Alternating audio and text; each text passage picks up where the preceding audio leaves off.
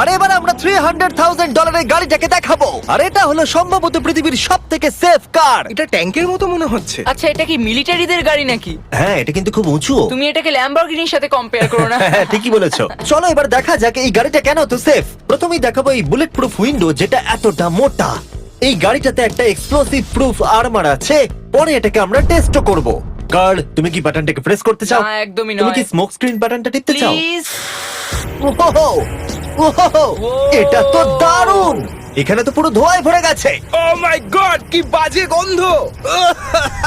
কিন্তু এইসব ফিচার্স গুলো এই গাড়িটাকে একদমই সেফ বানায় না। এই পুরো গাড়িটার চারপাশে এক্সপ্লোসিভ প্রুফ ফ্রেম রয়েছে। আর আমরা প্রথম যারা এই গাড়িটাকে টেস্ট করছি, দেখা যাক ম্যানিকুইন গুলো আর সব থেকে ইম্পর্টেন্ট ফেস্টিভ্যাল গুলো সার্ভাইভ করতে পারে কিনা। 3, 2, 1।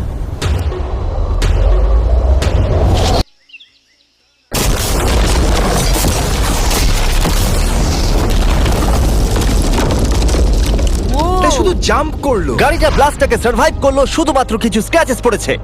উইন্ডোতে একটা ডেন্টও পড়েছে। আরে দাঁড়াও, ফেস্টিভ্যালস গুলো কোথায়? চ্যান্ডেলার বেরিয়ে যাও। তোমরা মেরে দিলে। ফেস্টিভ্যাল গুলো সার্ভাইভ করেছে। যদি তোমরা এমন গাড়ি চাও যেটা বিস্ফোরণ সহ্য করতে পারবে, তাহলে আমি এই গাড়িটাকে রেকমেন্ড করবো।